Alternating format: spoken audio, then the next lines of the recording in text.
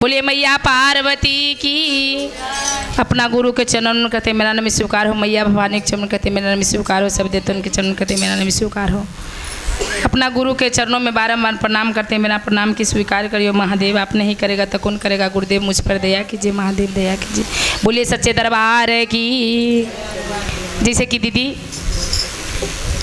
एगो राजा रहे ना, उनका सेक्रेटरी गार्ड में नौकरी लगल रहे, सिपाही रहे बेचारा। उनका बॉर्डर पर नौकरी में उनका ड्यूटी मिलल रहे। अब कब्बो उनका छुट्टी ना मिले। अब उनका बेटी के जब ब्याह तय हो गई दीदी, तो यहाँ से उनका पत्नी फोन कैलन कि सब दिन तो तू नौकरिए करब, तब बेटियों के शादी में कम से कम एकाइयो महीना के तो छुट्टी लेके अइब। कहलन कि कैसे आओ, यहाँ बॉर्डर पर नौकरी में हमरा ड्यूटी देले हन, और वहाँ पर एगो शिव जी के मंदिर रहतन जहाँ बेचारा के ड्यूटी रहे वहाँ। अब वो ड्यूटी करे से ज़्यादा दीदी उस शिव के सेवा करखिन नित्य दिन। ड्यूटी छूट जाए लेकिन उनका से भगवान के सेवा एक दिन न छूटे। जब भगवान के सेवा न छूटे दीदी, अब भगवाने में उनका इतना प्रीत लग गया कि उनका वहाँ से आवे के दिले न करे। अब उनका नौकरी ला फिक्र ना है कि हम घर छोड़ के चल जाही नौकरी, लेकिन उनका भगवान ला फिक्र रहे कि हम सब चीज़ छोड़ के चल जाम, लेकिन भगवान के छोड़ के कैसे जाम। यहाँ उनका सेवा कौन करतन। और तिया कहे कि स्वामी जी कम से कम बेटी के विवाह हो तो 15 दिन के छुट्टी लेके आबा, ना होवे तो तू अपन जगह पर कोई के रख दा, लेकिन तू आबा। अब वो भगवान में प्रीत लगा लेलन पति, तो उनका मने न करे कि हमारे घर द्वार कैसन है, कैसे देखे जाऊँ, का करूँ ना करूँ, पैसा कौड़ी भेजे लेकिन बेचारा अपने ना आवे। तब कहलन का कि अच्छा तो ठीक हो, ज़्यादा जरूरी हो तो हम अपना जगह पर कोई के ला के सेवा करेला सोचलक कि भगवान के सेवा करेला रख देम और नौकरी पर से छुट्टी लेके हम चल जाए। सुना ना दीदी चर्चा बैठ के आराम से थोड़ा सा। जे कहलन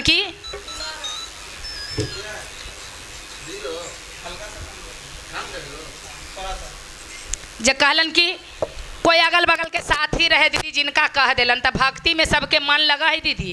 केतनो कह देबू लेकिन भक्ति में जेकरा दिल में रहा है भाव दीदी, तो लगा है कि हम कैसी तरह से बिना पूजा के भोजन न करी।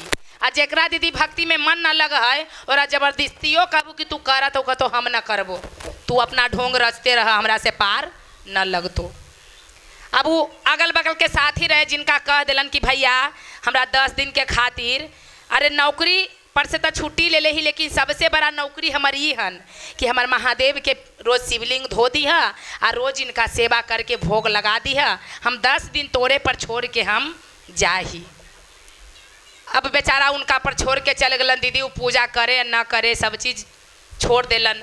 महादेव की कैलन की परीक्षा लेलन कि तू हमरा ला भक्त रख के जाही सेवा करेला, लेकिन हमरा दूसर के पूजा पसंद न, हमरा तोरे पूजा पसंद हो। अब की कैलन दीदी, भगवान के लीला रचना कौन जाने दीदी। 2-4 दिन 5 दिन बेचारा ड्यूटी कैलक। 2-4 दिन के बाद भगवान ओकरा लिखल हले उतने दिन के सेवा करे के कि सेवा कैलन, ओकरा भगवान मृत्यु दे देलन। अब पता चलल कि जकरा रख के अल जिनका मृत्यु हो गल, अब वो कहलन कि खबर आल हियाँ कि मृत्यु हो गल, तो वो अपन औरतिया के कहबो न कैलन कि हम जा रहियो ड्यूटी पर। उनका लगल कि उनका जब कह के अली, उनका जब ऐसे हो गए तो सब तो अपना काम कर लेतन, लेकिन हमारे भगवान भूखे मर जैतन। उनका खाना कौन खिलावत। जो बेटी के शादी दीदी घरे छोड़ देलन और वो अपना चल गलन भगवान के सेवा करे। भगवान के सेवा उन्हें चल गलन करे। अब भगवान की गलन महादेव कि उनकर पतिए के रूप में सब चीज़ भेष बदल लेलन और वो वहाँ गेलन और वो अपना घरे चल अलन। महादेव जैसन उनकर पति वैसने रूप बदल के अब पति के जगह पर वो अपने पति बन के घरे चल अलन। अब वहाँ वो सेवा करहन भगवान के। औरतिया के तो लगे कि अलन है तो छुट्टी में है, उनका की लगल कि हमारे पति चल गेल। सारा काम भगवाने कर रलन उनकर घर में, लेकिन कोई के पता न चले कि भगवान है कि इनकर पति हन। अब पति उनकर भगवान के सेवा कैले हन। यहाँ सब चीज़ विधि व्यवहार हो गए दीदी, शादी ब्याह सब हो गए। अब बेचारा उतरस्ता ही है कि हमारे बेटी के शादी न देखम। फिर कहे कि इतना फ़ोन करलन घर से हमारे मलकिनी, अब एको गो फोनो न करहन। जे लगहन कि गुस्सा से एको गो फोन न करन कि जब चलिए गए तो तोरा हम छोड़ दो। यहाँ तो बेचारी के लगे कि हमारे पति घर ही हैं, तब किनका कही। सारा शादी ब्याह हो गई दीदी। जब 8 दिन के बाद की कैलन कि पति वहाँ से चल दिलन, तब महादेव वो अपना जगह पर चल गलन। पति अलन तो एक बात न बोले। पत्नी काहे बोलतन, उनका तो लगल कि जौरे है हकन तो काहे ला बोली। फिर वही कहकन कि जे 2-3 दिन के बाद पूछेला कुछ चाहलन मर्दनमा उनका कि कैसे कैसे होलो। तब महादेव ऐसा बुद्धि रचलन कि सबके मति भरहट हो रहा ना। का कहलन कि वीडियो कैमरा जो बनावा है ना दीदी, फोटो कैमरा में शादी ब्याह में कैमरा होबो ना, वो कुछ दिन के बाद आ गए। वो कैमरा वाला जे रीलवा रहो के सटवा जे देवे लगी कि लीजिए शादी के केसर जो बना है जो आप रखिए। जे वो अपने निकल के उनका पिताजी दुआरी पर गेलन तो उनका बड़ी जोर से रोबाए बर गेलन कि जे देखा शादी के केसर सब देखतन तो सब रहतन, लेकिन हम न रहम तो हमारा बेटी के देख के करेजा फटत कि बेटी के शादी में हम शामिल न हली। जे सब चीज़ में तो ना लगत, लेकिन शादी में देखम के सटवा तो सब रहता, हम न रहम तो हमरा कितना रोवाए बरत। पूरा भोकर भोकर के रोवे लगलखिन। जे घर से पत्नी उनकर निकलन, कहलन कि आए स्वामी जी तू काहे रो रहा है। तो कि का कहियो जे हम रो रहियो कोई बात ला, जे तोरा से भी छिपा ले लियो। तू गुस्सा से हमरा से ना कह रहा, लेकिन हम तो बड़ी बड़ा गुनाह कैलिए। तो कि कौन गुनाह कैला हमरा सुनावा। तो कि जे पहले जाना स्नान ध्यान करा, जा देखा कैसे केसट बनलो है, का होलो है।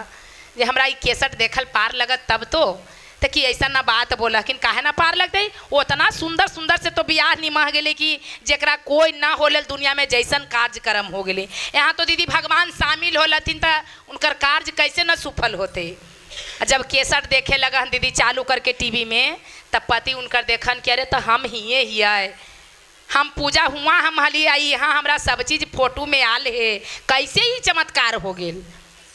तब वो सारा कहानी वो अपना पत्नी से कहे लगलन। तो कहलन कि देखा स्वामी जी कितना अच्छा भगवान हलखिन कि जे तू वहाँ हला तो भगवान हमारा घर में आके सेवा कैलन।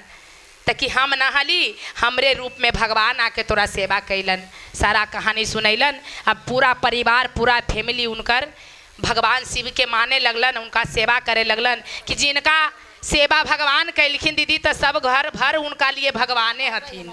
इनका सेवा करबा तो तोरो भगवान दर्शन दे देथुन। बोले शंकर भगवान की, बोलिए मैया पार्वती की। लोग के पता नहीं है दीदी कि कौन रूप में भगवान किनका ही आते हैं, लेकिन लोग के अभिमान अहंकार ज़्यादा है मन में कि जे धोती कुर्ता पहन के बढ़िया बढ़िया मिठाई लेके अतबा और 1 लोटा पानी देवा, नहीं तो ओकरा के तो जा दुआरी पर से तू अला हमरा 10 दिन बैठ के खाए लगी। लेकिन ये नहीं जानिए दीदी कि कौन रूप में भगवान किनका भी पहुंच जाते हैं। बोलिए सच्चे दरबार की, हर हर महादेव की।